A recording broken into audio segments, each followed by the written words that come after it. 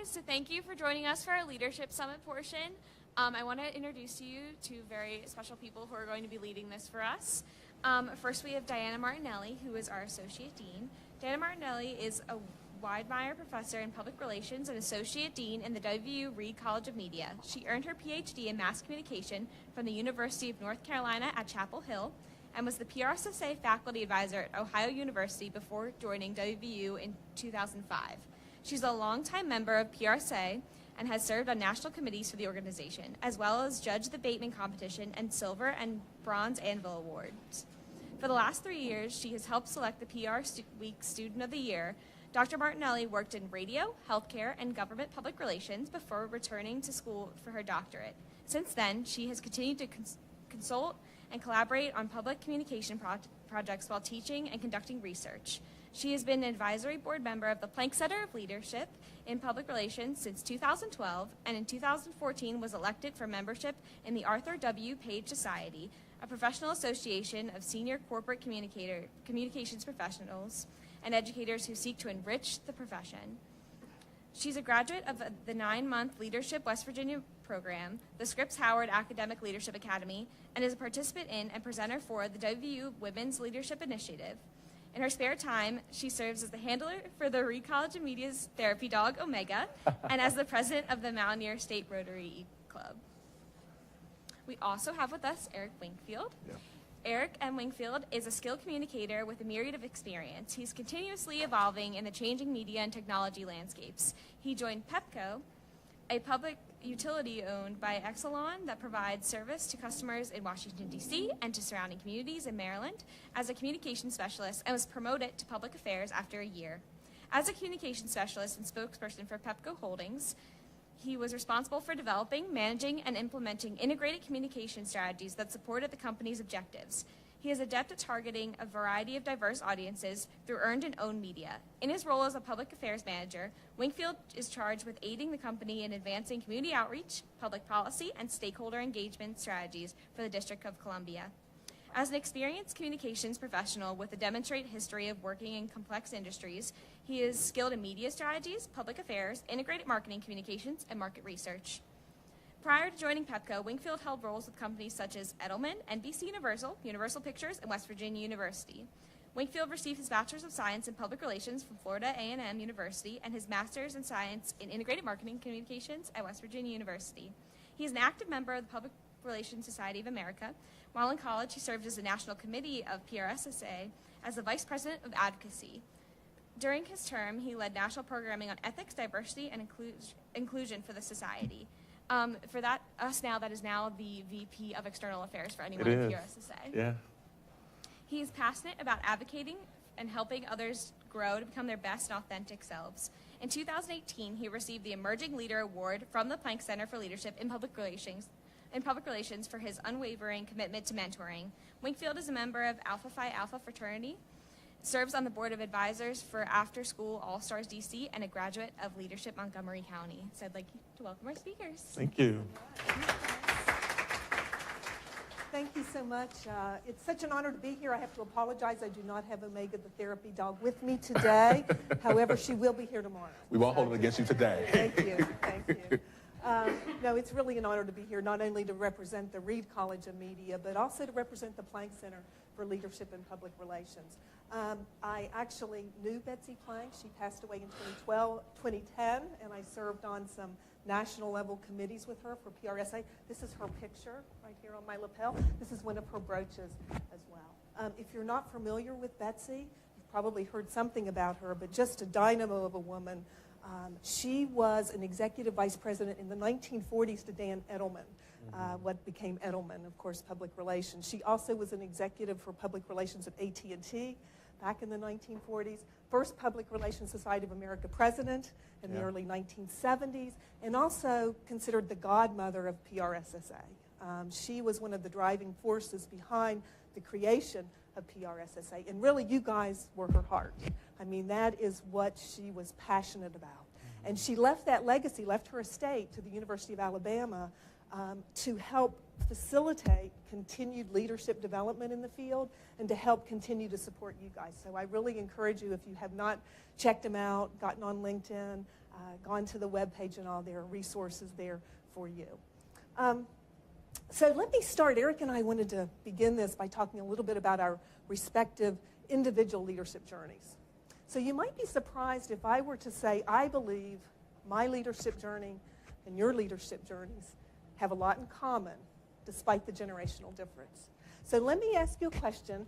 Wait for the full question. It's kind of long before you raise your hand, okay? So think back to kindergarten through middle school. How many of you were a member of a sports team, maybe soccer, basketball, maybe you did gymnastics, maybe you were a member of student government, of Scouts, of 4-H, of the band? How many of you were a member of a group or a team, kindergarten through junior high? Let me see your, okay. Yeah, I'm not surprised. The Planck Center for Readership commissioned some research internationally. They spoke with PR professionals, 23 different countries, about 4,600 PR professionals. And they identified 6 specific leadership dimensions in the field of public relations, regardless of what country you were involved in. One of those, team collaboration, right? So you think back to being a member of that group, you were already beginning to hone the seeds of leadership by learning to work together, right? By having a larger goal of which you were trying to work toward. Another one of those leadership dimensions, relationship building. How many of you have siblings? Okay. So you're constantly, right, negotiating, compromising, learning to work out issues. Or maybe you were the one in your clique who was always the peacemaker, right? Or maybe you're the one who is reaching out, nurturing relationships. Maybe you've got friends, but you're the one who always reaches out first, right? Relationship building, starting at a young age. Another one, self-dynamics. This was the third leadership dimension that they identified across countries. So what does that mean?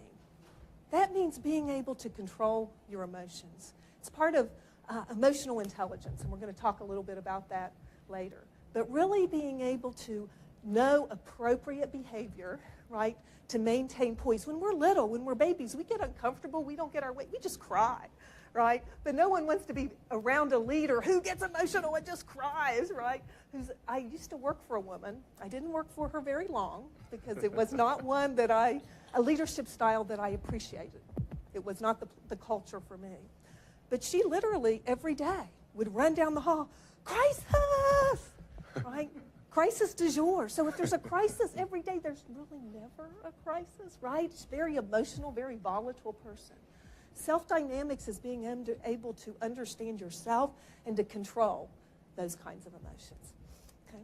Another one is strategic decision-making. Now, I did some research with a colleague at Central Michigan University, funded by the Planck Center, and we found that, as we said, leadership is seated in childhood. We looked at professionals from in India and China and Russia and the U.S., and there's one more, India, China, Russia, Brazil. And that we were looking to see how does leadership evolve. And again, we saw all of them said we've got these seeds in our youth, seeds very early.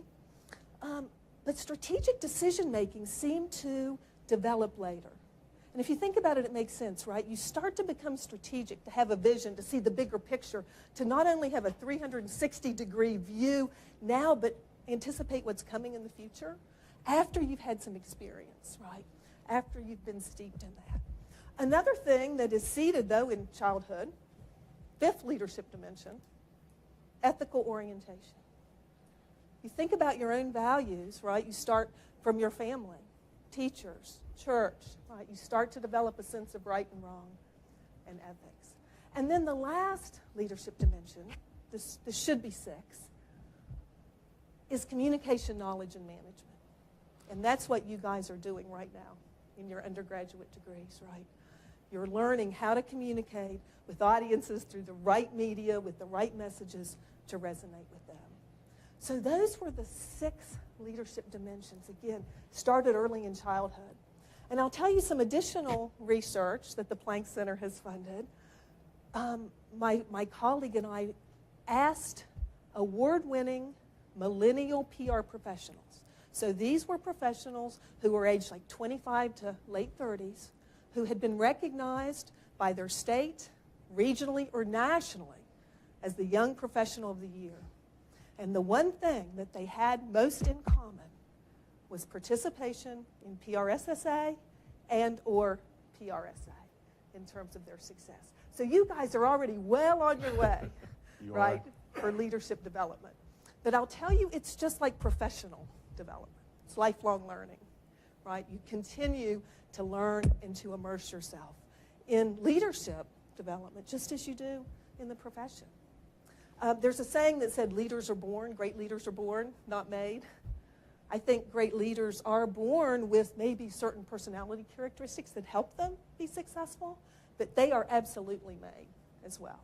And so the practice that you are getting now, the experience, the formal learning, the informal learning, the TED Talks, the blogs, the books, all contribute to your success. So you guys are already leaders, and I can just see you're just going to continue to grow. So congrats on that. I now am going to turn to Eric, who's going to share a more personal leadership journey. You know, you heard his bio. He's only 25. He's done all these things, right? And, you know, he was a PRSSA leader. I was. And he's already been recognized nationally. So I think you're going to find his story particularly interesting. Eric. Great. Thank you, Doc. Good evening, everyone. You can say good evening back. Let's tip Doc. Good evening, everyone. Good evening, everyone. So if you haven't noticed already, I have a lot of energy, and I really love to feed off the energy of the crowd. So if you just stick with me and stick with Dr. Martinelli and I think you will really get a lot out of our presentation this evening. So please take out your phones, take out your pen, take out your paper. We have really worked hard to bring some nuggets that we really hope that you all would take with you, and not only just keep them for yourself, but also share them with your chapters, because you all are chapter leaders. You all are leaders in your own right, and so we want to make sure we share the wealth, share the knowledge, so everybody can grow as well, right? Right? Okay, so you all are really quiet, so just know we're going to be engaging. This is not going to be just Dr. Martinelli and I talking to you, right, Doc? We're going to be really trying to get some of your feedback as well. So Dr. Martinelli really introduced me and really set the tone. And before I move on, I want to say I'm really honored to be here, to have the opportunity to speak to each and every one of you. I do not take this opportunity lightly, and I'm even more honored to share the stage with the wonderful Dr. Martinelli. So can we just please give her a hand, because she is awesome. So my story, here it is. So I am 25 years old, as Dr. Martinelli said, and so how did I ascend to be a public affairs manager for a Fortune 100 company at 25 years old? I learned very early in life that the best leaders are even better followers, right? And so what does that mean, Eric? It means that you are a sponge. You are able to listen, you are able to learn, and you are able to support the visions of others, because once you become a leader in your own respect, you're going to want folks who are supporting you to be able to listen, to be able to learn, and to support your vision. So you have to learn those attributes while you, as you continue to grow and as you continue to evolve and develop along the way. So keep that in mind. So here we go. I attended Florida A&M University, I believe one of the best institutions on the planet. Don't get me wrong, WVU was great, but I had an awesome experience at Florida A&M University. I learned so much, not only about myself, but about just my overall background and my culture as well there. And I had different opportunities to do different things, such as be a part of the Public Relations Student Society of America. I entered FAMU in my freshman year asking upperclassmen as well as my professors, what do I need to do to be successful in this industry? And the reoccurring theme was be a part of Prodigy, which was our agency, our student-run agency, as well as be a part of the Public Relations Student Society of America. Professors also told me one more thing was you also have to practice on your writing from the moment you step on this campus to the moment you leave, and then continue to move forward and doing that after you leave. So PRSSA, Prodigy, the student-run firm, as well as working on my writing. Those were the three tips that I literally latched onto and worked on my whole time while I was at FAMU. So we talked about, I opened up by saying the best leaders are even better followers, right? And so when I got into PRSSA, I was not automatically a leader, I was a member. And then after that first year of membership, I then raised my hand and said, hey, I actually want to be the vice president. And as the vice president, it was more so because nobody wanted to raise their hand and do it because nobody wanted the responsibility of leadership, right? Nobody wanted to do the hard work. Nobody wanted to stay up all night doing name badges for conferences. Nobody wanted to do the work of putting together fundraisers, getting up early to be there for volunteer events. Nobody wanted to do that, right? Because, and especially have a title, that means you have to do it, right? So I said, you know what, I'll go ahead and be the vice president. But as the vice president, my goal and my vision was more so to support the goal and the vision of the president at the time. And if you're a vice president, chair, committee chair, so just you don't have a leadership role in the chapter right now, keep that in mind that you should really do everything you can to support the leadership and the vision of your agency lead or your president of your chapter. And that's how I took it. So there were things that my president did I didn't necessarily agree with. I didn't think it was also the right direction, but I trusted her leadership, and I trusted the fact and and respected the fact that she was the president of the chapter. And so we just worked. Whatever she wanted to do, we worked it out. We figured out a way to get it done. We made it happen. And then that really took the chapter to a different level, because it wasn't just myself doing it. We also worked as a team. It was other vice presidents. It was other chapter members who wanted to be really intentional about the things we wanted to learn as a chapter, the speakers we wanted to bring in, and the experiences we wanted to have. Flash forward, the next year, of course, I ran for president, right? And so became the president of the chapter, and now it was my time to have a vision for the chapter. It was my time to say, okay, you all, this is what we want to do.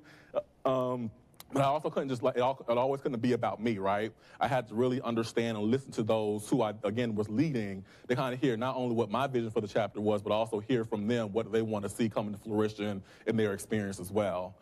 Had an amazing year as chapter president. I then interned at Edelman. I was that first year the chapter president, and then that summer I had an internship at Edelman in the Atlanta office, working their consumer food group, and then from there had amazing experience.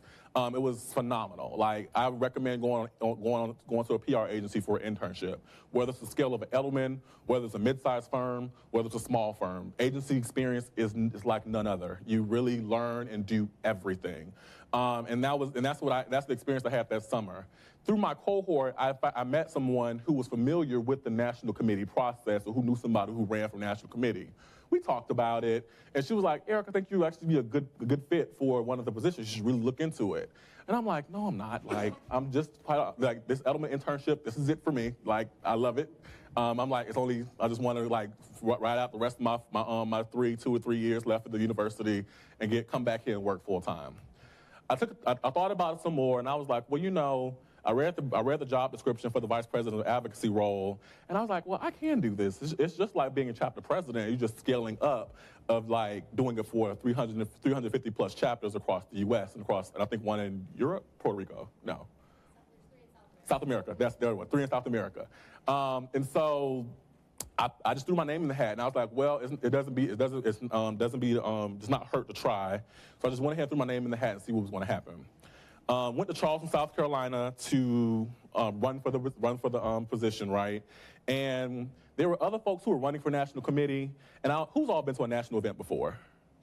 Okay, right. So who's all been to the assembly before? Okay.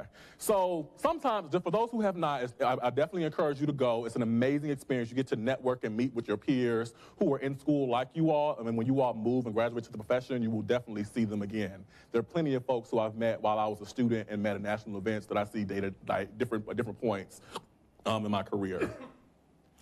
But I said to say, at assembly, it's kind of like this survival of the fittest type of atmosphere where everybody's trying to get to know you, but they're just trying to get to know you so they can get your vote. They want you to vote them in to be a national officer because it's really cool, it looks really amazing, it's on your resume to be a national officer. But when the work comes, it's then something totally different because you're actually the hardest working PR student in the country. But my approach was, I really want to get to know who the members are of the organization. This is actually my first time going to a national event. I want to know the people who I will potentially end up serving. And so for the first, I want to say, day and a half, nobody even knew I was running. Like, I did not introduce myself as like, hey, I'm Eric Wingfield, I'm running for vice president national. No, I didn't do that. I was like, hello, my name is Eric Wingfield. I attend Florida A&M University. This is my first time attending this event. This is your first time? And we had those type of conversations, right? It wasn't until like a day and a half of doing that when folks kind of put the name to the application or the ballot. Oh, you're that year? I was like, yeah, I really didn't want to say I was running for committee because I wanted to know who you are as a person, but yes, I am running. If I can't get your support, amazing, great, do that. And I don't know, so the South Carolina run, everybody went up, and of course the Vice President of Advocacy is one of the last races to run, to get up and speak, do your panel questions and everything. And students, that was literally by far known in history as the longest election, because literally we were up there for like 45 minutes answering Q&A about what our thoughts were for the position. Long story short, I got the role, and then the real work began, right? That next summer, I ended up interning at NBC Universal, another great experience working in-house for a really big media mogul, and it was just phenomenal. And then came back to Florida A&M University. I knew that I was going to finish. I knew that because of the exposure I got from National Committee, the type of work that we did, the people who I networked with, networking is important. We'll talk about that in our presentation. That I will land somewhere, and definitely, most likely, I wanted to go back to Edelman, where I had interned. And so that was on my mind, but also a huge desire I had was to complete my master's degree and go to grad school. And interestingly enough, as fate would have it, I attended the DC PRSSA Icon event, and I met Nicole Beeson, who's sitting right there in the back. And we were just having a great time, and like we had spent the whole day like networking and recruiting and talking to people. And so we were both, so Nicole was tired from the WVU IMC recruiting, and I was just tired, like, because I was a national committee member, so we had to be on, right? We had to meet everybody, we had to smile, and we just wanted to like relax and decompress. We had Nicole and I had a conversation, again, authentic conversation just about what I was interested in doing, what she did, how did she get her role. She asked me about some of the things I wanted to do, and I said, I really have this burning desire to go to grad school, but I just don't know how to work it out right now because folks, my mentors keep telling me, go get experience first, then go to grad school. And other mentors said, just go ahead and get out of the way. You can make it work with your experience. So I was kind of like in a catch-22, right? I went ahead and somebody told me this, one mentor told me this one piece of advice that I'll always take it with me. Your journey is just that, your journey.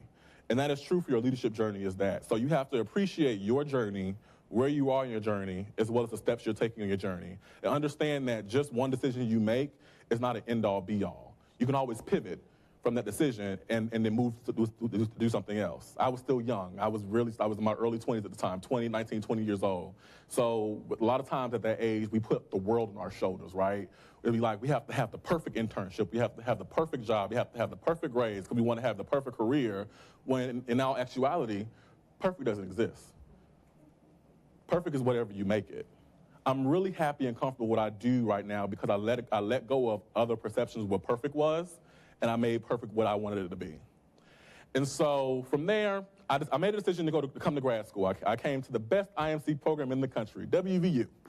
And I was also, it worked out because the program hired me as a graduate assistant. So I had a job, getting experience in my field, and I was also getting my master's degree.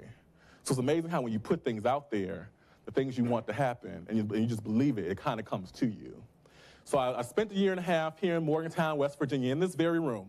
My cubicle is actually around the corner if you want to see it. In this very room, and learned and listened. And again, I was this big national officer. I had all this esteem. Like, people knew who I was.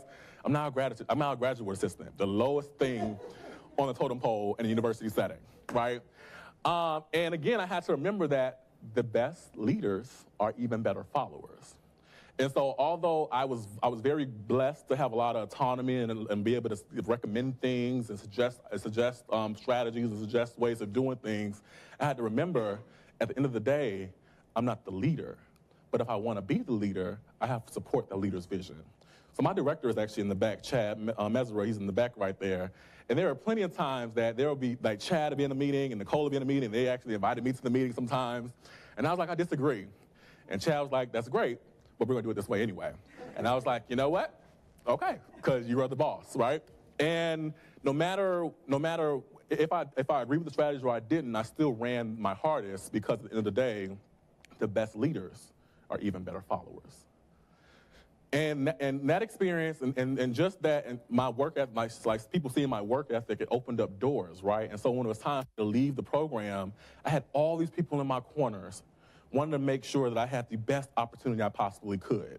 I had Chad, I had Nicole, I had the IMC professional faculty. I had Dr. Martinelli, I had Dean Reed of the Reed College. I had my own network from PRSSA. I had my friends who I met at national events. I just had all these people, my Florida A&M alumni, all these people working with me to help identify what is the perfect opportunity for Eric Wingfield.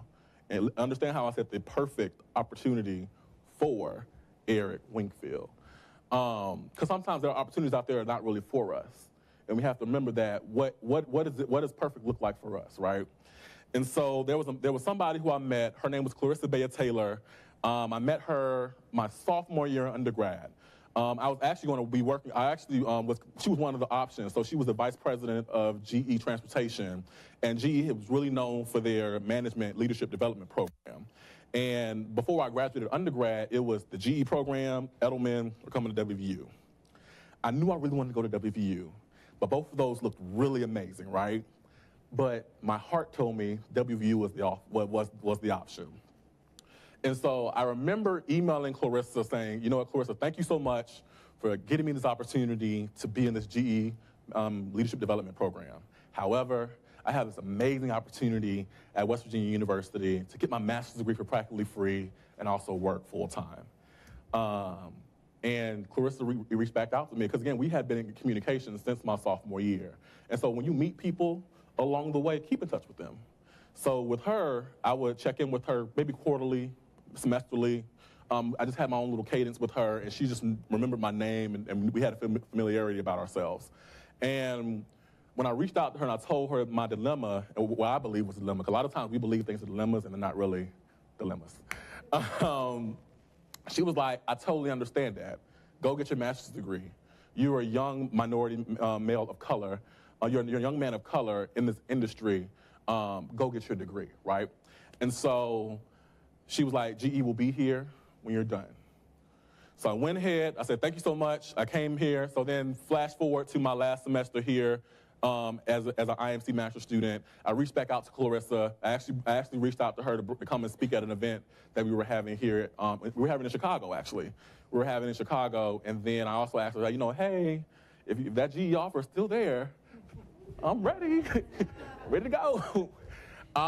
And she was like, give me some time, I'll let you know something. And I was like, okay. 2 months went by. I was like, time is gone. I'm here. Get ready to graduate in like a month. Like, what's going on? And she said, actually, Eric, I'm leaving GE. I'm going to Exelon, working on the PHI business, which is in DC.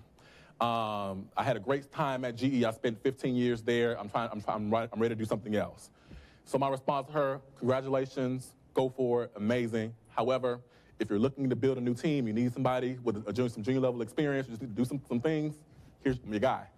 And she was like, actually, I do. She was like, what do you want to do? I was like, well, you know, I really want to start out doing media relations, but I don't want to just limit myself there. I also want to do some internal comms and do a little marcom. I have this real good IMC degree. I can do all this type of things with it. I want to try out some video, like video producing and things like that. Literally a week later, she sent me a link with everything that I said I wanted to do in that link. And I applied to it. Applied to that job, and originally the job was going to be in Salisbury, Maryland. Who knows what Salisbury, Maryland is?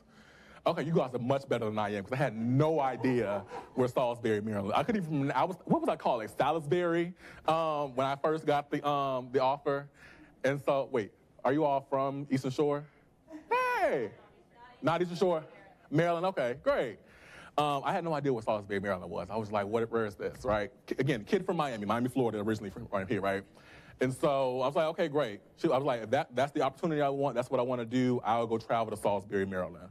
Sometimes the opportunity you want, and sometimes the leap you need in your career is in a place where you never thought or never think you would ever go. Never would have known I would have been in Morgantown, West Virginia. And when I was telling my family, my friends who are all from Florida, that I was moving to West Virginia, they're like, oh yeah, Virginia, right? Anytime we go to Norfolk, like whatever, we can go here. I was like, no, it's West Virginia, a totally different state. But I'll be there for some time. But I said, you know what? I'm going to take the job. Wherever you want to put me, I'll put it. And then as chance have it, she ended up having to relocate that role to the nation's capital. And so then I had my first job out of grad school, and undergrad rather, at Pepco Holdings as a communication specialist. doing very much mature work for somebody at that level. And I didn't gripe about doing more than what I was getting paid to do. I was like, I'll do it because I want the experience. And within a year's time, she actually left the organization to go take another global opportunity somewhere else. But the presidents and executives who I was supporting, and they saw my work ethic and saw how hard I was running, and saw that I didn't, even though I had really good ideas, I was able to still listen to theirs and just activate what they wanted to do, despite what I felt was right or wrong. They honored that, and they then brought me onto the governmental and external affairs team. And that's why I've received a promotion with the corporation after a year as a public affairs manager. So what do I do now? I manage public affairs and community outreach campaigns. Energy is a really exciting time right now in the energy space. The whole business is changing. The way that we look at energy is changing. At one point, regulators and private corporations were like this. Now they're like this, trying to figure out what's the best way to create sustainable solutions for our country, right? And the only way you can do that and really transform how we look at energy and how we look at renewables is if you have subject matter experts as well as the regulators working together to figure out solutions. And so a lot of what I do is build advocacy and public awareness campaigns. And what do I have to do? I have to work with our consultants, who are our PR folks, who are lobbyists, and I have to sit them all at the table, and we have to talk about strategy. I got all my strategy sense by just listening, being here in the IMC program, and getting my master's degree. I got the activation piece by just being a doer while I was a student. Don't get me wrong, I'm still a doer, because I'm still very young in my career. But I got comfortable being a doer and understanding the underlying strategies of what it is to be a doer, so when I do have to make those strategic decisions, I understand what it takes to activate those tactics, right? And so that's my story. And I'm here today talking to you all. I was honored. And that's one more point, and I'll turn it back over to you, Doc. I have the ability to be honored as the Emerging Leader of the Year by the Planck Center. Thank you. How did I get that award? Through that whole story, I always kept in mind that it's not always about me. There's somebody looking at me saying that because you can do it, I can do it too. Matter of fact, my mentee came up and said that. She said, because you, what did she say? Because you are, I am. Something like that. She said it much better than I. She actually had me in tears that night. But I say that to say is that through my whole entire experience, through like going to Edelman, through going to NBC Universal, through National Committee, to being president, to working here at the IMC program, any opportunity I had to sit down and either speak with somebody one-on-one who wanted to do something similar, any opportunity I had to share something I've learned along the way, something I messed up on or something I really failed at, I shared that with them, because a lot of times it's not always the success that really helps folks. Sometimes it's our failures as well. And we can't be so prideful in showing folks how well we are. We also have to kind of be a little vulnerable and authentic and show folks where we're a little weak at and where we really messed up at. Any opportunity I had to share my story and share some of the things I've learned along the way, I took it. And there are people talking behind me, behind my back, and saying, well, you know, there's this kid from Miami, Florida, who went to Florida A&M University, who finished his IMC degree at West Virginia University, and there's something about him that we want to put him up for that award. Dr. Martinelli is one of those people. Chad Mesereau back there actually wrote my recommendation letter. I didn't even know it. Another mentor of mine, Alicia Thompson, who was a vice president at Edelman while I was there, we kept in touch. And I checked in with her and let her know what was going on. Keith Burton, who I met for the very first time in Boston when the PRSSA conference was at Boston, said, there's something about you, kid, and I want to be a part of your journey. And I was like, I'm young. I don't know anybody. Sure. Anybody I can to support me? Yes, let's do it. These are my goals. How do I get there? Give me your insight. Let's do it.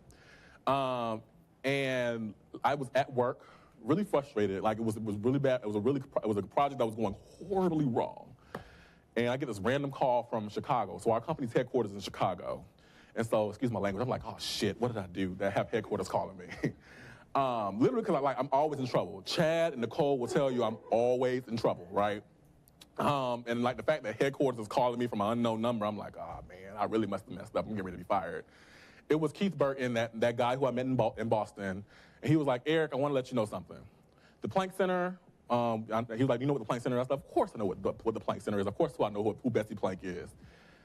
We have this thing called the Milestones of Mentoring Gala every fall, and we honor various leaders about different topics, and we have this category called the Emerging Leader Award. And you are one of the front runners for this award. And I'm like, wow, wasn't expecting that, but cool. And he was like, I'm taking it a step further. You actually like more than just the front runner for the award. We voted to go ahead and give you the award. And I was like, wow. And so when I was reading the award and reading that it was simply about mentoring and helping others and also doing reverse mentorship, also mentoring folks who are older than you in the career, but more so being able to give back, not feeling like because you're never too young to mentor somebody or show somebody something that you learned. They're like, we recognize that, we want to honor you. And so I was, again, elevated to another national platform. And then, again, working at Pepco, excited to do what I do every day, and really excited to be here with you all. Thank you. So now we want you, each of you, to think about a leader whom you admire. So it could be a peer, it could be, a teacher, a politician, anyone, someone whom you admire as a leader, okay? And write down at least 3 and up to 5 characteristics of that person that you think makes them such a great leader. So keep that in mind, 1 leader whom you admire, 3 to 5 characteristics of that person. Okay, did you guys have any similarities in your list in terms of the characteristics you identified? Did you? So what were some of those similarities? What were some of the characteristics that you guys had in common when you compared notes? Empathy. Excellent, yeah. Compassion for others. Good one. Anything else? That's an excellent point. Yeah, to be a leader doesn't mean you have to be the formal leader, right? Leadership can come from anywhere in the team, and so we're going to talk a little bit about that as well. What were some of the other characteristics? We have empathy, right? Yeah, in the back.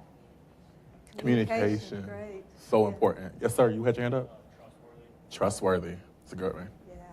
Yeah, we're going to see some of these same characteristics again as we move through the program. So as I mentioned before, research demonstrates that leadership really begins at a very, very early age, and team leadership is usually the first foray into leadership for young people and for leaders in general. And it doesn't matter what size team you're leading. It doesn't matter kind of what kind of team it is. It doesn't matter where in life. Leadership principles hold across all of these kinds of situations. Great work teams, of course, have great leaders. How many of you have been on a work team? Maybe it's a classroom team, maybe it's a PRSSA committee that didn't go so well. Why? What were some of the reasons you think it didn't go well? Yes. Poor communication, okay? Communication skills, yes. Sometimes everybody on the team wants to be the leader, and it's like too many cooks in the kitchen. Okay. That's a good one. Great leaders are first great followers, right? Yeah. Even better but followers. Leadership can come from anywhere in the team. Yeah, so that can be a problem. Too many people trying to take control. Okay, what else? Lack of compromise. Yeah, lack of saying this is our common goal and objective, right? And it's not about me, it's not about you, it's not your way is right or my way is right. It's like, it's about the work. That's what needs to be first and center, right? Not who it is, not whose agenda, whose idea, right? It's all together. And the more brains you have working on something, the better it is. You know, I had a student once, excellent student, and she was the head of her capstone class, her campaign team. She was the team lead, right? She was the account supervisor. And at the end of the semester, I thought, oh my gosh, this is going to be an awesome team. They're going to do such great work. At the end of the semester, I got the feedback from the other team members to evaluate each other. They couldn't stand her leadership, right? I was stunned. I had not done something that's important for leaders to do, and that is to check in periodically, to see how things are going. You know, to test the waters at different point in time to make sure everything was going well. She was very bright. She went on, she worked at an agency, but it was a really humbling experience for her because why? She wanted to do it her way. She knew she was smart. She knew she was capable. She said, okay, so this is what we're going to do and this is how we're going to do it. Well, what about this idea? No, this is what we're going to do, right? That's not a collaborative leader. That's not getting the benefit of the group, right? That's not putting the work first. It's putting the ego first.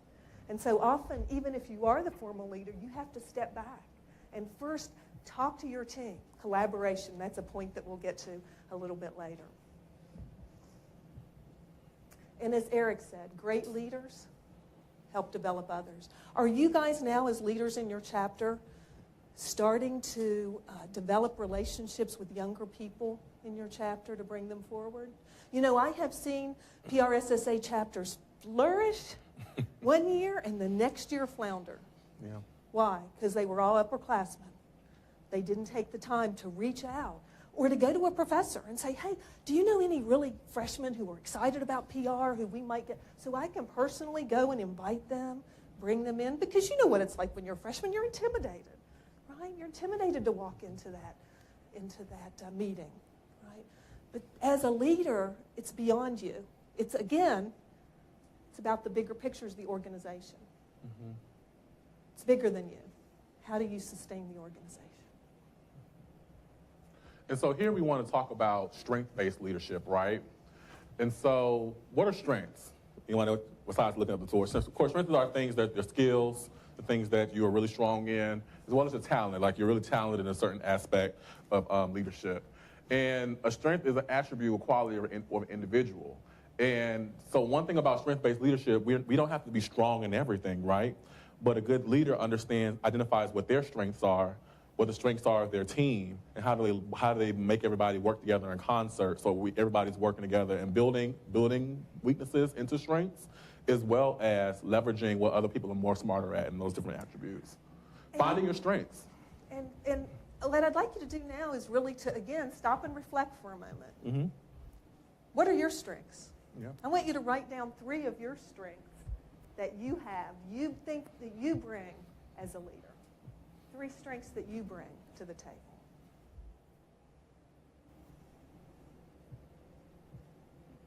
When you've got your strengths, I want you to turn to somebody you know, and I want you to ask them, what do you think my strengths are?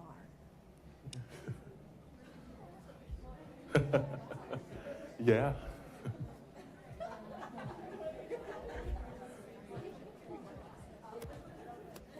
You might want to get in groups too, maybe like you don't have to get up or anything.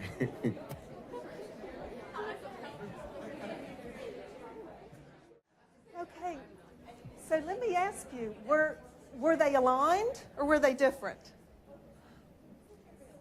Some, but some different, some alignment and some different. See, you have more strengths than you think you did, right? Other people see things in you may not even see in yourself. And that's another important part of mentorship and feedback. You know, as humans, we tend to be very self-critical. Yeah. Right? We tend to see the flaws and the weaknesses, and that feeds our insecurities, right? That feeds, I can't be an officer. I don't know anything about it. I just, right? Negative self-talk. Don't do that to yourself. See your strengths. We all have strengths. I told you earlier, we started being leaders back when we were in kindergarten and grade school and middle school. You bring a lot to the table just as you are. And you know people you can ask who can help you along the way. Positive self-talk, self-confidence, some of that gravitas, right? So don't self-sabotage with the negative. Look at your strengths, as Eric said, as part of your team, your chapter, your committee, your work group. Where maybe are you not as strong, and others have that strength that you can tap into them and have them help you along the way. Great. And I would actually recommend that you take a look at 3 of these strength finders or these different surveys that help you identify what your strengths are. There may be some things that come up in these surveys that you are strong in based on questions they have about your personality that you may find, I guess I am that way. Or some things you would think you were strong in, you're just like, I guess I'm not as strong. I might want to reevaluate that a little bit. And my recommendation is that everyone, you should really start your semester, your year off with doing something like this, especially if you're getting ready for a new year. It's a really good way to break the ice and get kind of level set a little bit and get more of an understanding of where folks are. And before you start delegating and assigning too much or start making too many committees, you can really use that to kind of inform what you're going to do. And I will tell you, we do have a handout for you, a packet We that I'll do. give you in a moment here when we get ready to do the exercise. Yep. But it lists these, it lists the URLs. Some of these are free. Some of them cost, from $19.99 and on up, depending on how much you want to dig into it. But we will give you that resource that you can check it out later.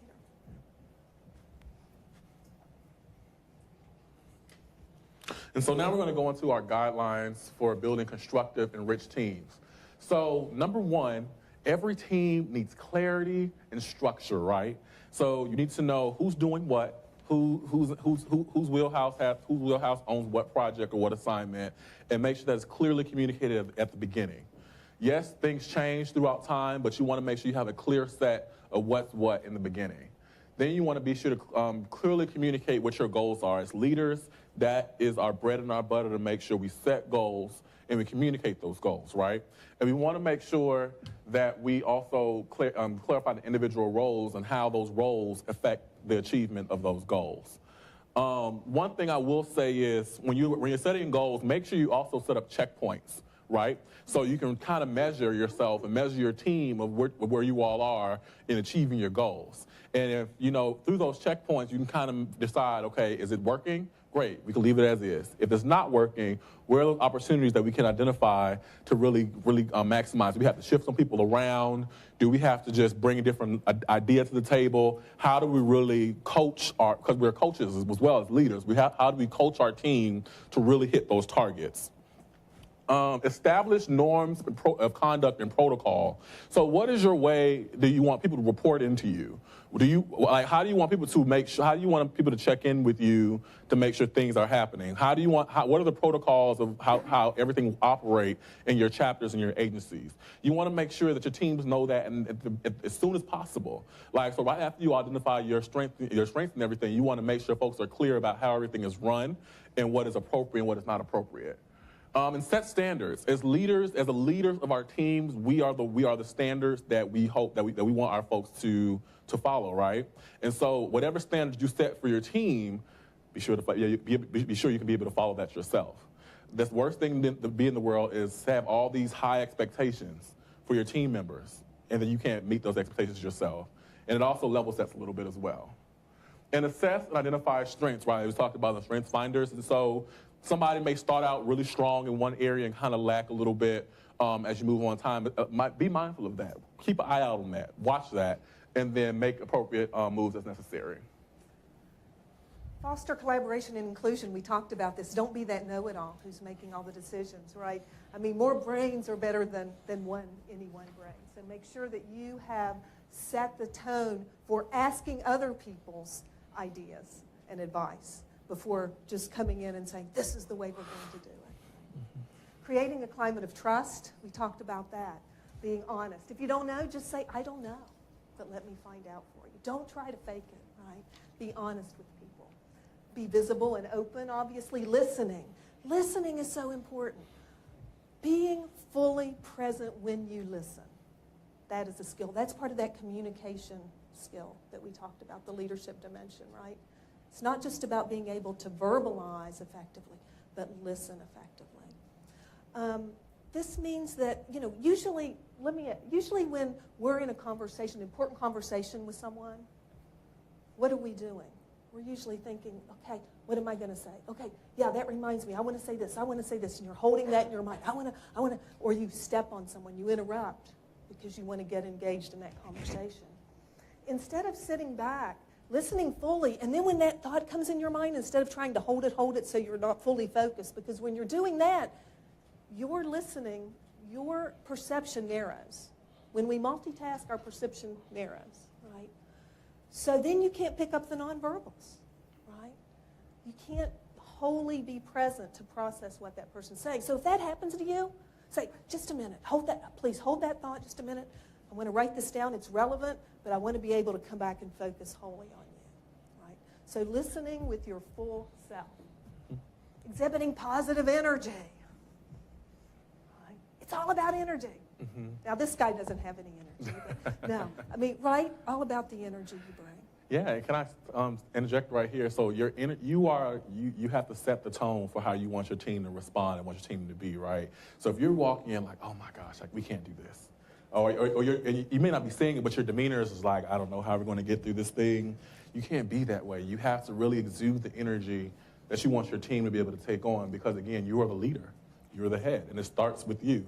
So even if it's impossible to you, you have to come in, oh, okay, this is how we're going to do it. We're going to get it done, figure it out. We're going to have fun doing it as well. But you have to be the one to really exude the energy you essentially want your team to have. Exactly. Years ago, I was at a stress management session, always learning, right, always growing. And the presenter said something to me. At the time, I thought, this is utterly ridiculous, right? But she was talking about when you're low energy, when you're not feeling that well, and stress makes us do that. Stress gives us low energy. It tends to make us sick, right? It has these deleterious effects on us. She said, you know, you just look yourself in the mirror that day. You wake up, you're dragging. Look at that. I feel good. I feel great. I feel terrific. I feel good. I feel great. I feel, right? That positive self-talk. At the time, I was like, oh my gosh, this is the most ridiculous, right? But have I used that technique? Absolutely. I've gotten up and I didn't feel well, and I thought, I've got this long day, and you know what? I'm not going to self-talk and say, oh my gosh, I'm so tired, I had a long day, I've got this, I got that, right? I'm going to say, you know what? I got this. I feel good. I took my vitamin C, I had my tea, I'm ready to go. Rock and roll. Yeah, my manager, former manager, Nicole, right there in the back, every time she refers to me, she calls me Sunshine. Sunshine.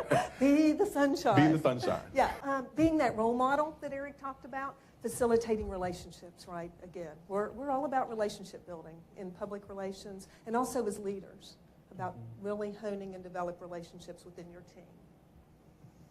And working to limit in-groups or the lone wolves, right? The people who just don't seem to be part of the circle, or, you know, haven't bought into the program. You know, a lot of times in teams what happens is it's the people who are the most outgoing whose ideas get thrown out there. And there are always people who are shy, people who are more reserved, people who just process things more fully and thoughtfully before jumping in, right? So in public relations particularly, we have a lot of extroverts and people who think and they're throwing out things. Don't forget about the introverts, right? Give introverts a chance to process, a chance to think. One of the techniques I like to have if I'm in a group where I know one person seems to be more reticent to contribute is I'll say, okay, let's all think about an idea regarding X issue.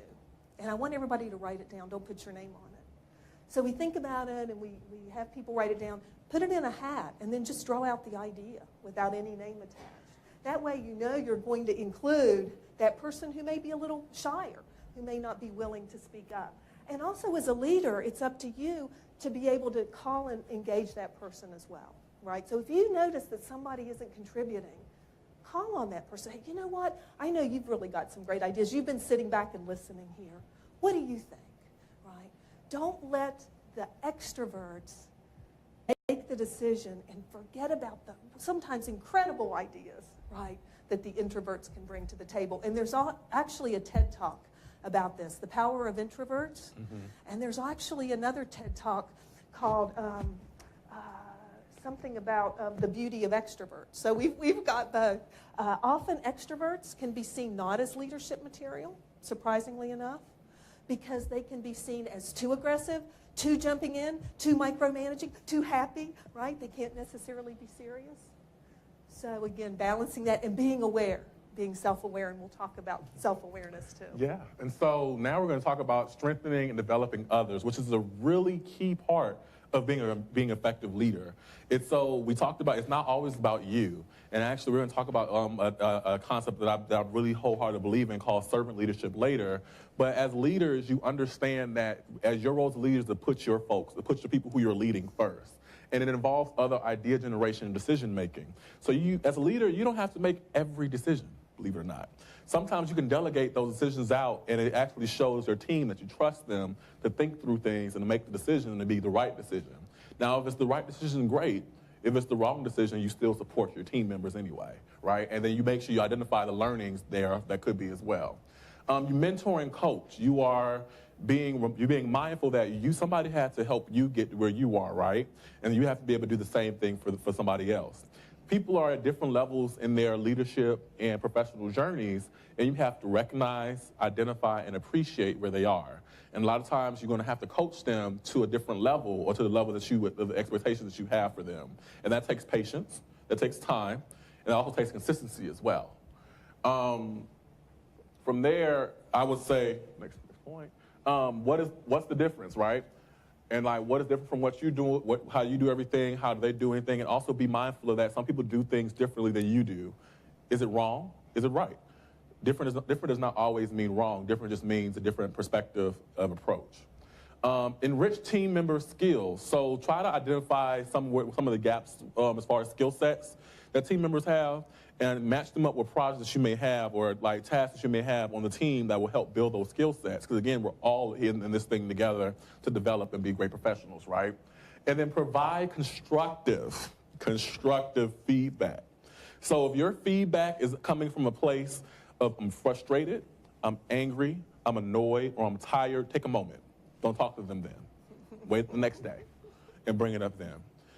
You want to make sure when you're giving constructive feedback, ask yourself when you look at the feedback, how is this going to help this person advance? And then not only how is the feedback going to help this person advance, how is my delivery of the feedback going to help that person advance? Sometimes it needs to be a stern, listen, get it together. But sometimes it needs to be, let's talk about it, let's understand what went right, what went wrong, and let me help you get there.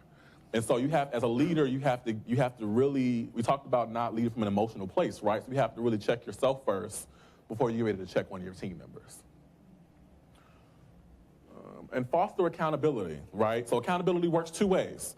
It's accountability to the team who you're leading, to you, but more so importantly as leaders, it's your accountability to them. And so at the end of the day, the buck stops with you, right? And so if something doesn't happen and a team member drops the ball, as a leader, you do your part to check in with a team member to make sure they're on task.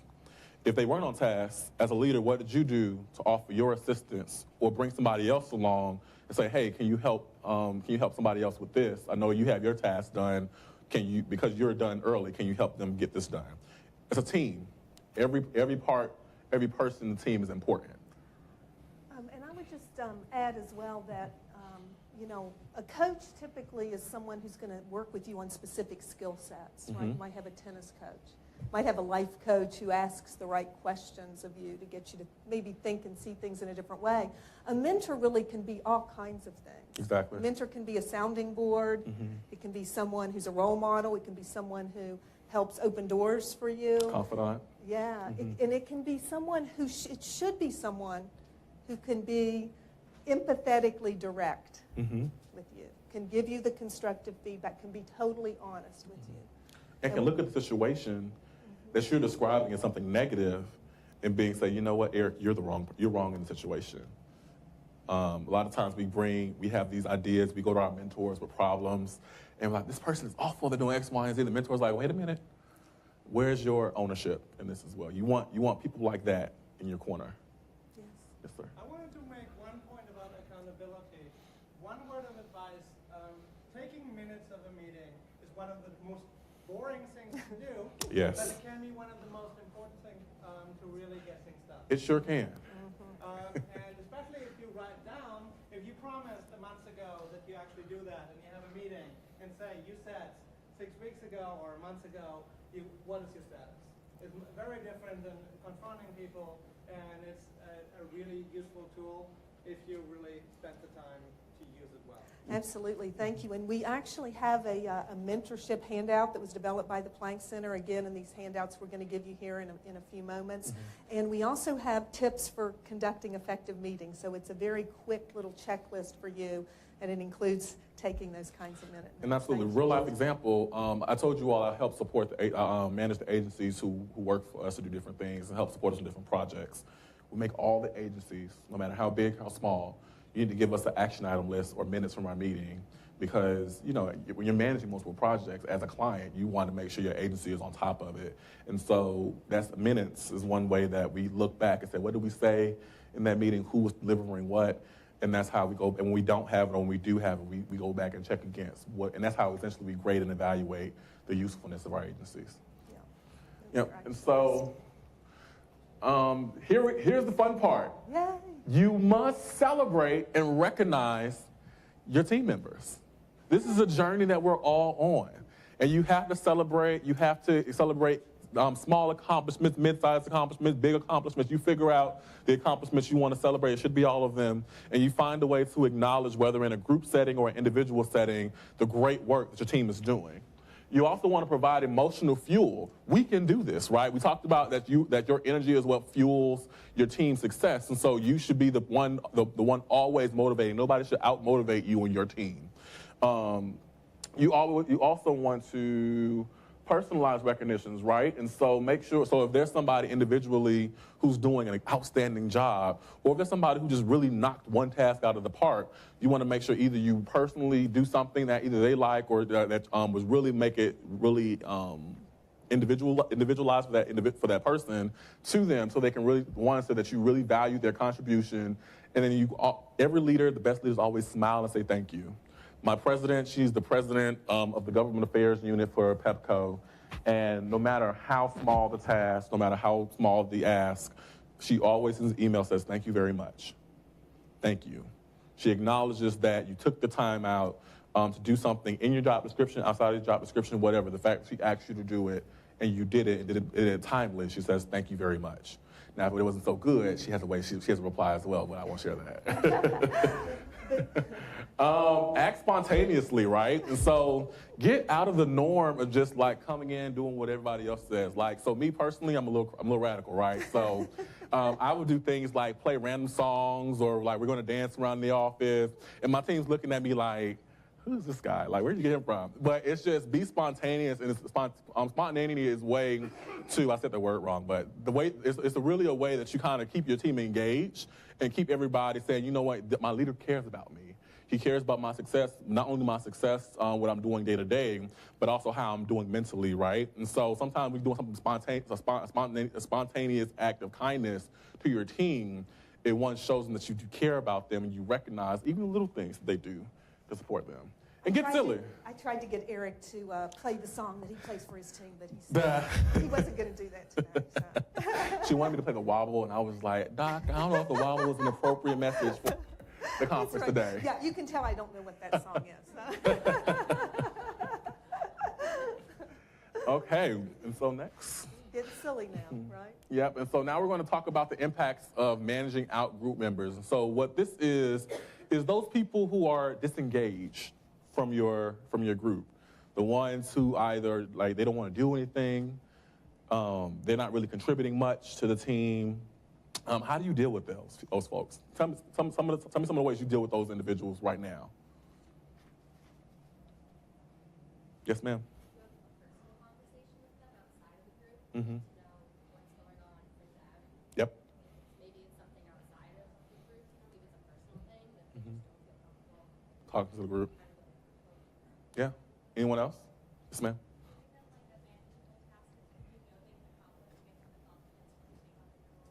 Giving them a manageable task that you know they can accomplish, they can take on bigger roles. Amazing. Another great point. Anyone else? Yeah, well, Yes, ma'am. Sorry. Definitely like calling them into discussions, allowing them to give more contributions, and allowing them to take ownership throughout the process. Right. yeah, that's terrific. And, you know, often, again, we tend to think if someone's short with us or if they're disconnected that it's about us. Right? Yeah. We take it personally. Mm-hmm. You know, what did I do? Why are they acting like that? It's not about us, right? It's usually about them. So there's something going on with them, as you said. Maybe it's a lack of confidence. Maybe it's a personal issue. Maybe somebody's sick at home. Mm-hmm. You know, maybe they feel as if they're not valued, right? So don't assume it's you. Assume, right, that reach out. It's about the other person first, not about you. And as leaders, you want to keep an open mind at all times, as much as possible, right? Because, you know, sometimes it's easier said than done, right? But you want, as much as possible, keep an open mind, about the situations of the individuals who you're leading. And so some of the effects and the impacts of group members like these is that it can really damage the climate and the culture of your group. Like their demeanor and their disposition of what's going on can really really bring others along with them. They typically try to click up a little bit and say, well, have you recognized X, Y, and Z? That's not working. It's ridiculous. And then now you have it's being a little infectious, right, to your team. It can negatively impact the energy and the synergy. Folks who are working well together are now not working so well together because of these individuals, and it also reduce the respect they deserve in the overall organization. And so, Doc, my clicker is not working. Okay. So here are some strategies that we have that we really wanted to talk and share with you all. Number one is listen, right? As leaders, as communicators, right? One of our key things as communicators is the ability to listen. You always foster and work on the skill of listening and actively listening as well. And Dr. Martinelli and I talked about this, is when you listen, don't listen to react or to respond to what they're telling you. Take a step back. Take a moment to really process what it is that they're telling you and hear something. And you probably can hear the solution if you listen hard enough. Show empathy. If it's a personal matter, a family issue, we are all human, right? And so remember that you do have goals, you do have metrics, you do have things you want to achieve, but at the end of the day, we're all human. And if somebody's not doing well as a human being, you have to be able to take a step back and really help them. Whether it's, okay, I understand you're going through this right now, let me pull in somebody else to kind of help aid you get that done and move that across the finish line. And help them feel included. And so a lot of times they have an attitude or something's wrong, and they know, and a lot of times they may be guilty of their own selves of the lack of performance they're bringing to the team. And so let them know that, okay, this past is the past, but how do we move forward? And how do we get you back into the fold, right? And then help facilitate that, because maybe as a leader, you might have to be the one to help facilitate that inclusion back into the fold. And then call on them for feedback, right? Dr. Martinelli always says, try to watch their body language in groups, and see who's disengaged, see who's engaged. A lot of times they're disengaged because you have a lot of type A personalities around the room, and they really can't get a word in. So they was like, well, I can't get a word in anyway, so let me just sit back. You might have to be the leader, say, wait a minute, she has something to say, let me hear what she has to say, to be able to level set what people are doing and what's happening in the room. And I would add to that, reinforce the fact that they're speaking up, even if it's an unpopular position, right? Mm-hmm. I know, in faculty meetings, right, we have a faculty member who often is the one who will speak up and be the naysayer mm-hmm. of an idea, right? And at one time, this person came to me and said, I feel terrible because I'm always one speaking. I'm just going to quit speaking. No, right? So when this person speaks up, it's like, thank you so much. Thank you for bringing that perspective to the table. It may not be the perspective, right, that we end up going with, but we need to have all of the perspective. We need to think about this holistically, right? So what you have to contribute is really valuable. Thank you for doing that. And you might even see them afterward too, right? Those people who tend to be the ones who step on others, or maybe are the type A's who jump in first, right? Because you have an idea and, I know, I'll solve the problem, right? You may have a talk with them as a leader and say, hey, you're fantastic. You're always energetic. You always have an idea, but how about if you just sit back first, right? Because I don't want the younger, fresh, I don't want people to be intimidated. I don't want you to solve all the problems. And as the leader, it's not up to you to solve all the problems. You got a whole team, right? So use that team, listen to them before jumping in. Give them a voice. So servant leadership, here we go. So I introduced this topic earlier when we began, and servant leadership is just that, like understanding the fact that as a leader, you are serving those who are following you first. So their needs come before yours. Their well-being sometimes come before yours. And if you're a good leader, you balance that well, right? And so it's between the blend and balance between leader and servant. Servant first, you focus on the needs of others, especially the team members, before you consider your own. And then this type of leadership can come from anywhere on the team. So we talked about how sometimes there can be too many cooks in the kitchen, right? Too many chiefs, no Indians, right? And so how do you level set? Even though you have a strong opinion, you may feel is right, can you take a step back? Can you lose this battle to win the war, right? And so do you always have to be right? There are more than one way to get there. And how do you identify that to your team members? You don't lose leadership credibility in this role. Actually, people respect you more when you identify and show that you actually care about them and their success more than your own, right? You have people who end up wanting to work harder for you, do more for you if you position and posture yourself this way. It also leads to higher engagement, and again, they trust you even when your decision as a leader isn't the most popular decision. They're like, well, because I know you're not going to lead us astray, and I know you trust us as your team, we can go ahead and do whatever it is that you want to do.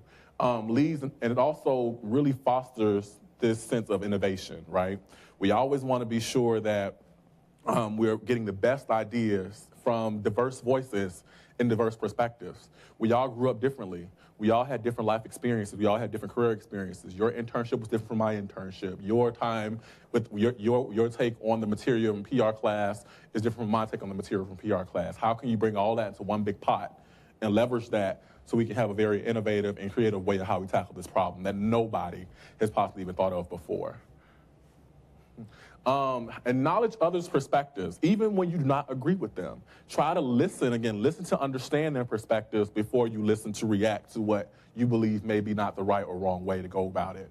Provide other support and meet their work and personal goals, right? So how do you do that? You have to have conversations with those you're leading and understand what is important to them, what makes them tick. Where do they want to go? Do you know what your team wants to do professionally after they graduate? Have you trying to figure out how you level set that or against like what you're actually assigning them to do on your teams? Think about those type of things and help each other succeed. We are all students. I'm sorry. You're all students. Praise the Lord. Oh, we're all students. We're all students, and we need to help each other succeed. Involve them in the decisions where appropriate. So I talked about not every decision has to be your own, right? Some things you can delegate and say, you know what, whatever you decide, I'm good with it. Go for it. That really shows you trust them, and that shows that they have opportunity to then get a sense of what this leadership thing really looks like. And build a sense of community within your team. The best teams are the teams that can laugh, have fun. They're working. It doesn't feel like they're even working at all because they're just having a great time, right? Yes, it's not always going to be songs, roses. I'm about to say the sun's not always going to be shining in your team. But when you have a community and you have folks who are on the equal page and who one understands and respects where you all want to go, that's what's going to shine through and get you all through those tough times as a team. Somebody's going to drop the ball. Somebody's going to let the team down. But as a leaders, you have to give them the grace that you would want if you were to let your team down. And you also have to coach those who are also on your team to be able to do the same thing. Because at the end of the day, we're all students. We're all ready to grow. We're all trying to be the best versions of ourselves. We have to give each other the space to be that. Oh, excuse me. And so, there you go. We are playing dueling remote. This type of leadership requires the serious level of humility, right? And so a lot of times it's just, again, for the better, what's best for our teams. How humble are you? Are you a humble person? Do your team feel like you're a humble person, right? And if they do not, you have to really do that self-reflection. We'll talk about how to self-reflect a little later about how do I get there? It doesn't happen overnight, but how do I really work on this on humility for the sake of being a better leader? Value diverse opinions, right? Don't be so quick to gather yourself or bring people on your team who all think alike. The best teams have people who think very differently and then figure out how to make it all work. Now, it's not always easy to bring people with different opinions together to work together, but if you bring the right mix and you foster that collaboration, it really, really will work in your favor. And you keep the objective in mind, again, not Exactly. about you, not about It's about our the team. work, it's about the goal, it's about the organization. As leaders, you're thinking about, it's not you, it's always about your team, so you, the team, and not me, the leader. And so there's a poem that I learned when I was here on campus in my fraternity. It was called I, my, me, mine. These are words that do not rhyme. Us, we, ours together. These are words that last forever.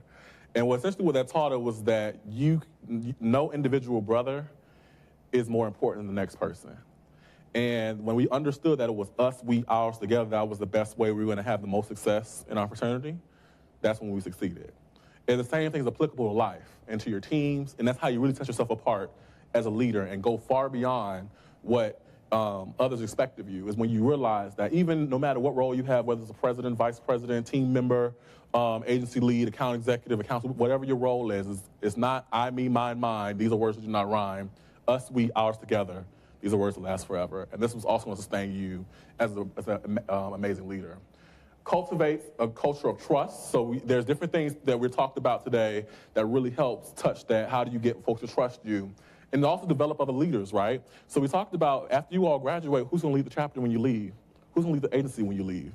So you want to do these type of things so you can cultivate other leaders and help build leadership skills with other folks. This is why I'm asking you all to write and take down as much notes as possible, because you need to share this information with your teams, with your chapters, with your agencies, because again, it means nothing if you all learn and do nothing and not take it out and teach somebody else. Sensitive to people and their life issues, right? And so again, it's that humanity piece. We all go through things. Life happens to all of us. And giving people the space to heal and be able to move forward and to grow from their life incidents. And you are the best encourager to your team. Nobody out encourages you, nobody out motivates you. You are the best person. And you will find that when you do this, your team will follow you better, will serve you better, and you all will make the overall objective much quicker, much happier, and much stronger. So we've talked about team leadership, we've talked about servant leadership. Now I'm going to give you a handout, and I want you to, this is your packet of handouts, by the way, and we want you to turn to... I got your doc. Okay, thank you. You guys are helping. Thank you. Oh. Excellent. There you go. Great. Make sure we have Well, you enough. talk. I'll take care of it. Mm-hmm. Here you go, love. So we want you to go to a handout that looks like this. Okay, I think it might be the third one in your packet. Good. Here you go. Thank you. Here you go. Yes, thank you. No problem. That's it. I'll That's go it. back here. Yep. This is what it looks like. Leadership values. Okay. Thank you, Jasper. Okay. And so once you get that, you see the question here. Blank is a cornerstone in my approach to leadership. These are all values, right? Personal values. Did you see the leadership handout? It's right there. You've got it, leadership values, yep. So we want you to circle 5 values of your leadership style, right? Blank is a cornerstone in my approach to leadership. These are all leadership values listed on here. So go ahead and circle at least 3 up to 5 leadership values. Did you see? I think it's the third one. Leadership values, it's titled with the blue. Do you have your behaviors? Okay. All right, let's hear some of them. What do you have? What are some of your examples? What are some of your values, and then how did you demonstrate that? Yeah, right. Right, absolutely. Gosh, that's so important, right? We need every single person. Everybody brings something. Boy, I know in our college, our admin assistants, right, they don't have the highest title, but if they weren't there, we would collapse. I mean, they are the heart and soul, right? And understanding, appreciating, and letting people know how important their role is at any level, formal level, right? Because, again, that leadership comes from anywhere. Yeah, what do you have? Excellent, good.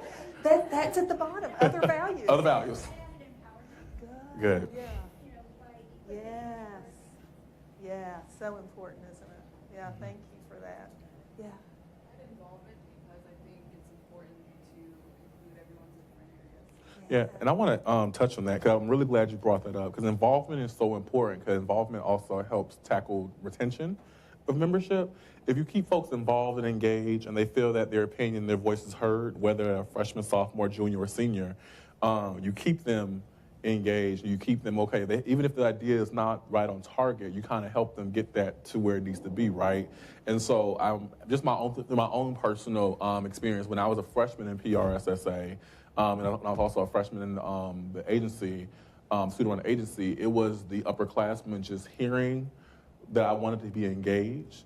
And they also just let me just talk and don't talk too much, not let them talk too much, but just let me put it out there and let me express myself. And so as upperclassmen, please keep that in mind, is that you have younger folks who are in your organizations who are just excited to be there, and you just might have to let them get it out and then let them feel involved and feel included into the conversation. So I really would challenge you to think about that next time you're in meetings and you just have those freshmen and sophomores who are in there who want to be included and involved. Thank you. Oh, we have another. Nicole? Adventure. Adventure. You would say adventure. Just always exploring new opportunities, seeing what's out there, trying new things. I don't think it hurts to explore new opportunities at any avenue. Yeah. And you had one right here? Yeah. I chose creativity. I think that's like a really important piece. It is. How do you demonstrate that? How do you show that?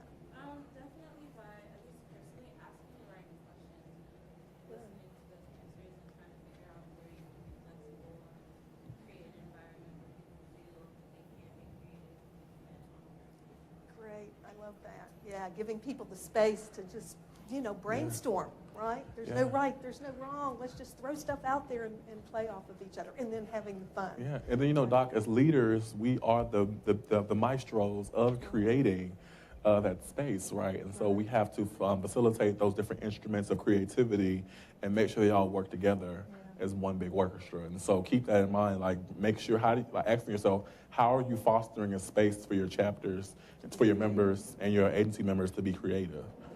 Terrific. Thank you. Yes, ma'am. Innovation. Oh, yeah, great. Yeah, so how are you going to demonstrate innovation in your chapter? Yeah.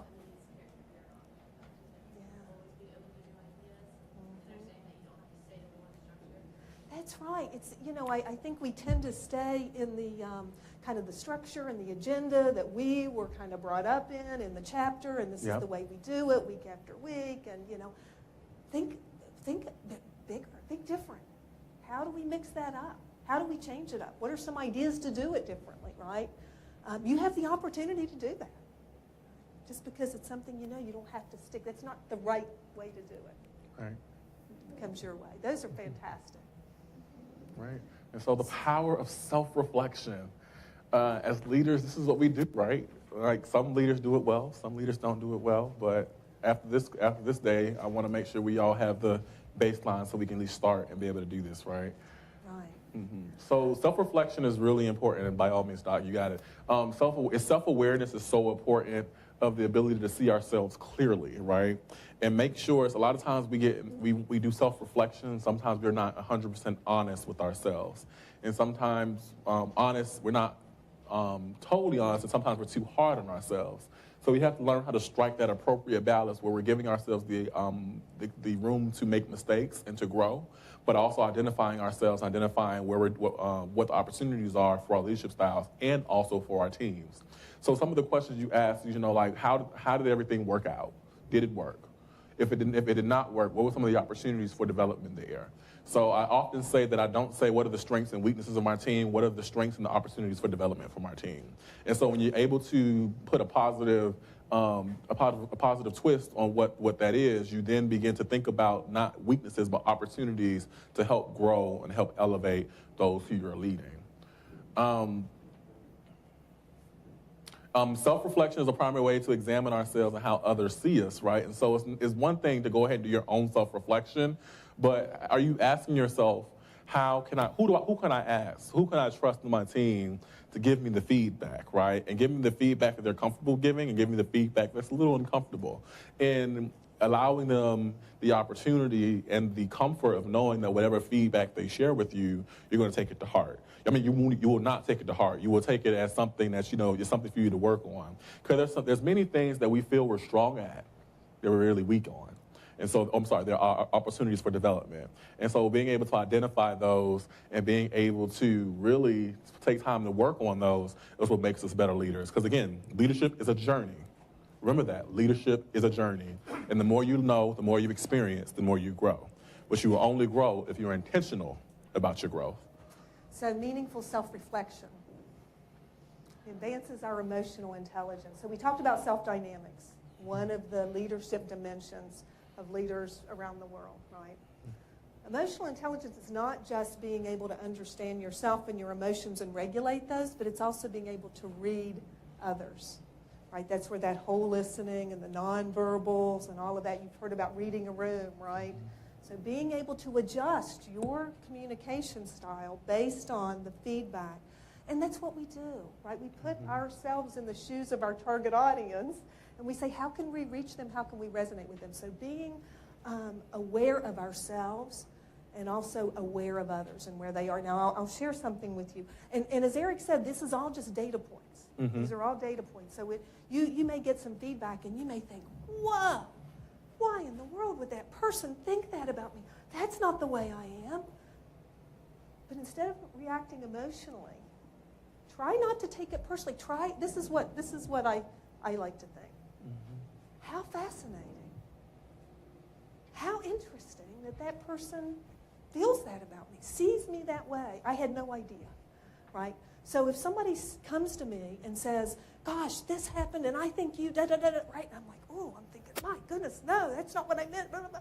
But I think, wow, oh my gosh, I had no idea. Can you give me an example? Can you tell me more about that, right? So I may not agree with it. I may have my own perspective. It's a data point for you. Now, this is something that's kind of a couple really simple examples of emotional intelligence and data points. So, I would go to a restaurant if I were alone, right? And I'm sitting there, and I'd be deep in thought. So I'm sitting at my table, and I'm sitting there. I'm deep in thought. And what started happening is servers would start coming over to me, or the manager would say, ma'am, is everything okay? Right? Because I'm sitting there like this. I'd be like, oh yeah, everything's fine, right? So after this happened a few times, I realized that my nonverbal was like, oh, I'm upset, I'm mad, right, when I was really just deep in thought. So now I temper that, right? If I'm sitting there, I try to temper that. And if I realize I'm doing it, I see the server and I'm like, yeah, just give them a little, things fine, right? Little heads up. Now this also happened with a student. One of my colleagues was telling me, this student, I'll call her Cheryl, said, Cheryl, every time I would critique her video work, she has her arms crossed, she's sitting in the back, she's glaring at me. And this happened over and over. She said, so I finally went up to her and I said, look, Cheryl, this is to make you better. This is why you're here, is to learn. Yeah, I know. Oh, wow. I didn't do it, I promise. That's okay. Maybe it turns off at the witching hour. I don't know. So she said, Cheryl, you're here to get better, right? This is what it's about. It's not personal, right? And she said, I don't know what you're talking about. She said, Cheryl, when you go out in the workplace, you can't act like that, right? Your boss is going to come down on you. You've got to be open to it. And she said, no. She said, I'm just processing what you're saying. I'm not mad at all. But that's just her nonverbal, right? So being aware, pick up on the data points, everything you find. How fascinating, how curious. May not be what I think, but that's somebody else's perception. That is one of the elements of executive presence, is emotional intelligence, one of the keys, one of the pillars, right, of creating gravitas. It also deepens critical thinking. That's what you were talking about, the questions, strategic decision-making skills, improves communications and strengthens relationships. Now let's look at these. Okay, this is part of self-dynamics, strategic decision-making skills, communications, relationships. That right there are 4 of the 6 leadership dimensions common around the world of public relations leaders.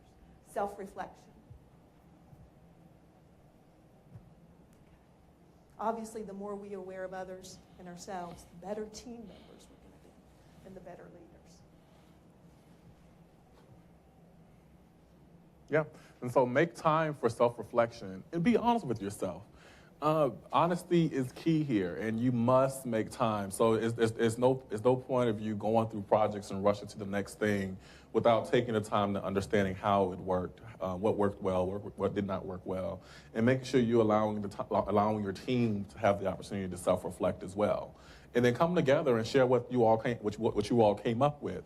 And in a positive, constructive environment, be able to share that information and share lessons learned with others, so you can be able to figure out when you do it the next time, or when they have the opportunity to do it the next time and lead, you have those best practices already established, already identified. How did your team performance make you feel? So I talked about what went well, what did you learn from the experience? And seek out feedback from others, right? And mentors are very important here. I'm really loud, can somebody turn me down? Mentors are really important here.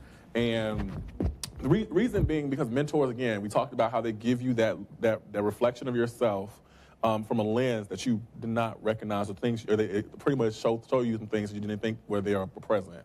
They identify some areas of opportunity that you were too close to the project to identify yourself. Create the right mindset, and don't judge yourself too hard. Remember, relax. You're still early on. You all are still in PRSSA. You're still in school. Give yourself the room to grow and the grace to grow great, okay? And it's all about getting better, and be grateful for feedback. And so it's nothing worse than asking for feedback. You get the feedback. It's not the feedback you're expecting, and now you're all griping about it. That's going to make the person who gave you the feedback think twice about giving you the feedback. Some feedback is constructive feedback. We talked about that earlier, right? And some feedback is not so helpful. You still say thank you for that feedback as well, because at the end of the day, it's feedback. And you just learn to apply what is necessary and toss away what is not. But be mindful and honest with yourself. Even if it's not something I wanted to hear, what is something I needed to hear? Okay? And one thing about feedback is you just, as you continue to grow in your careers and you grow in your, spending your time, you're going to lead. You all are going to be communication leaders. I see vice presidents. I see directors. I see all this in this room. But the thing about feedback is you have to apply it. And what's the point of you getting feedback and you don't apply the lessons learned that were shared with you? You actually do yourself a disservice if you do that, and people are then again reluctant to hope to share feedback with you. However, when you do the opposite, get the feedback and apply the feedback, and then go back to the person who shared it with you on different terms and say, you know, I heard you. This is some of the actions that I took along the way, and these are the results that I've gotten from that feedback. It then makes them again more vested in you, and it shows them that you're more mature than what your age calls for. And as young professionals, that is so important to really mark our maturity, right? Because folks always have the things to say about millennials, right? Right. I'm a millennial as well. So, but the way we combat that is going against what the status or what the generalization of millennials are. So receive the feedback, make the applicable changes, and then go ahead and say, you know what, I heard you. Thank you for that feedback. And because you gave me that, I was able to do X, Y, and Z, and I've seen and experienced X, Y, and Z results because of that feedback. And then you might end up sparking a new mentor who's then invested, maybe not even a mentor, but somebody who's going to sponsor you to that next level and say, having a conversation behind closed doors, say, you know what, let me tell you about that kid.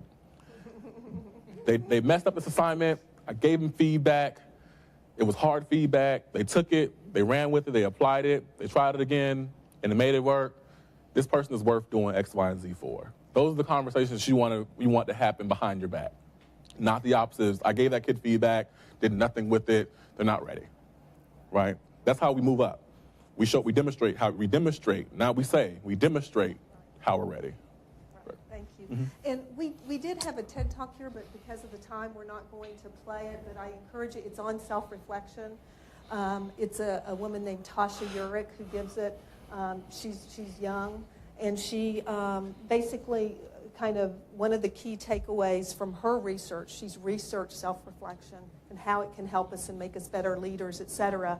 One of her key takeaways is not to ask the question why. Why do I feel this way? Why did it happen to me? Why aren't I good enough? But to ask the question, what? What's important to me?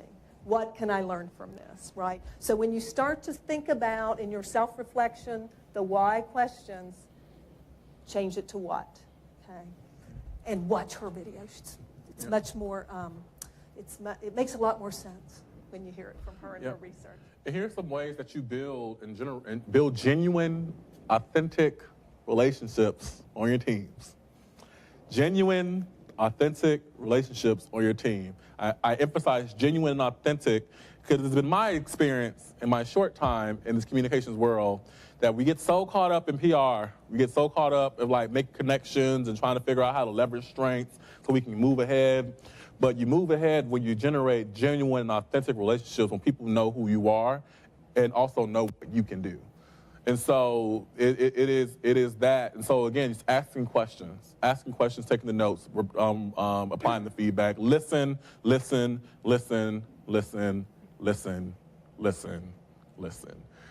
Be empathetic. Treat them as equals.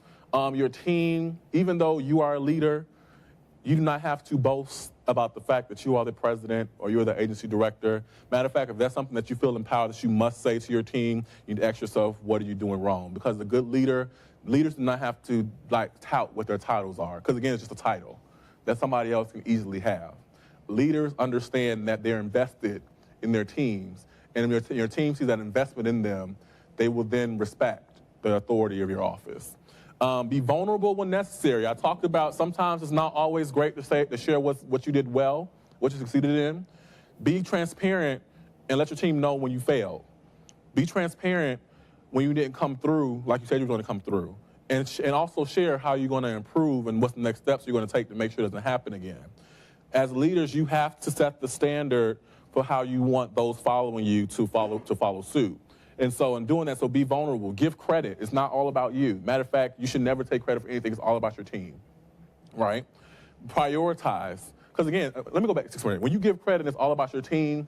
The folks who see you, the folks who's watching from a distance, they're realizing that, okay, he or she understands his quality and knows that that's an executive, that's a vice president, that's a director, that's somebody who's going places because they understand the real core and the real foundation of what teamwork really is about.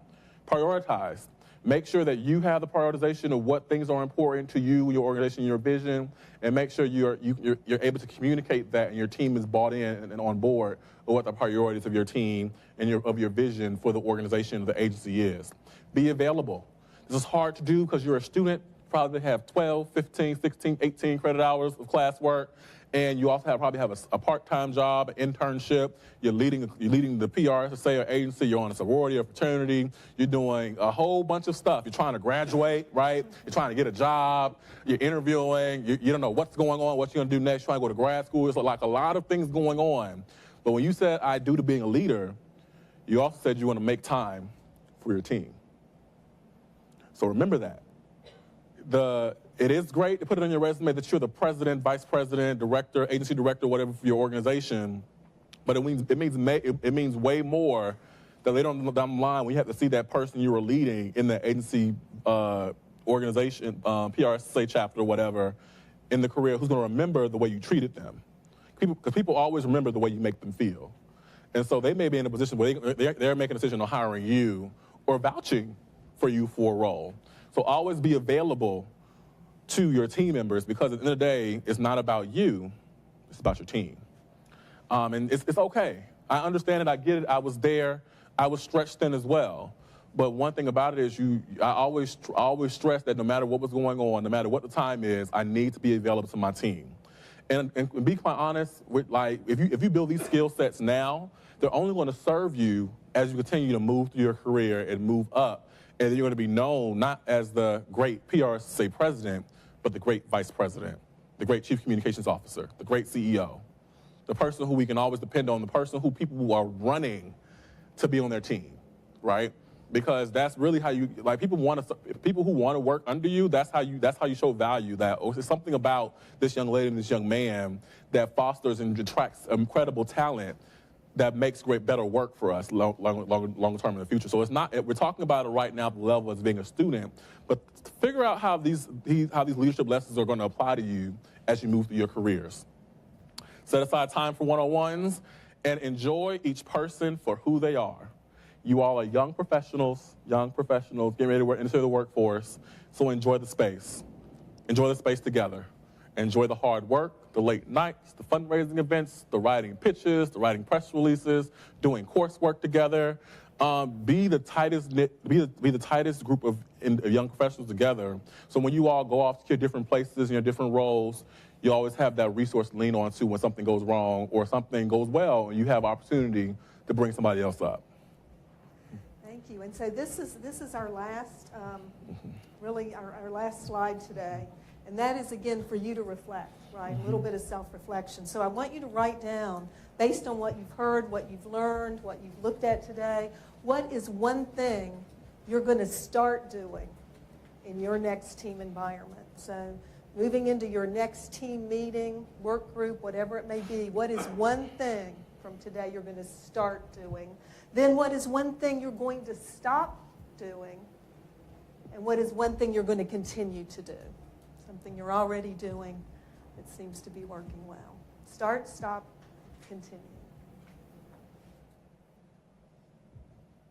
In the handout packet that we gave you, there's also a piece called Team Leaders Guidelines from the Planck Center. And it's an amazing It is a great resource for you to also, as you're self-reflecting, to go through that checklist, right? It goes 1 through 4. It starts with self-reflection. Guess what? It ends with self-reflection as you go through that. So when you look at that, you may decide to add something else to what you're going to start doing or what you're going to continue to do. And Doc, if I may, I would love to say, if you have not already, check out the Planck Center's website. As a young professional, it is so helpful. The articles, the research, the tools, the information that's on the Planck Center website that the Planck Center overall generates, it is career changing. And so definitely as young pros, you are always supposed to be looking for something that you can feed yourself to take you to the next level. And that's one recommendation that I would have for you, is to take a serious look at what the Planck Center is putting out and seeing how you can apply that in your day-to-day leadership tasks and also into your teams, your careers, and everything moving forward. There is a LinkedIn group, of course. We know Betsy Planck Day is coming up as well. It is her coming birthday, up, right? yes. And so, and follow on Twitter, and you're going to have access to a lot of people, a lot of resources, and make connections with people like Eric. So terrific. We've gone 2 full hours. You're probably feeling it. So rather than take questions, one-on-one, know that we're up here for a little bit longer if you guys want to come up. Okay, we got one more piece of business first. Emily? Yep. Absolutely, absolutely. Thank you. But we're around if you guys want to chat anymore. Why don't we just give another little round of applause for our Aw. Oh, thank you so Thank you for much. helping us take a Thank step you. forward in our Thank careers. you. Thank you. It was an honor. Thank you so much. Thank you. Yeah, you guys are awesome. Enjoy the rest of your Wired and Wonderful.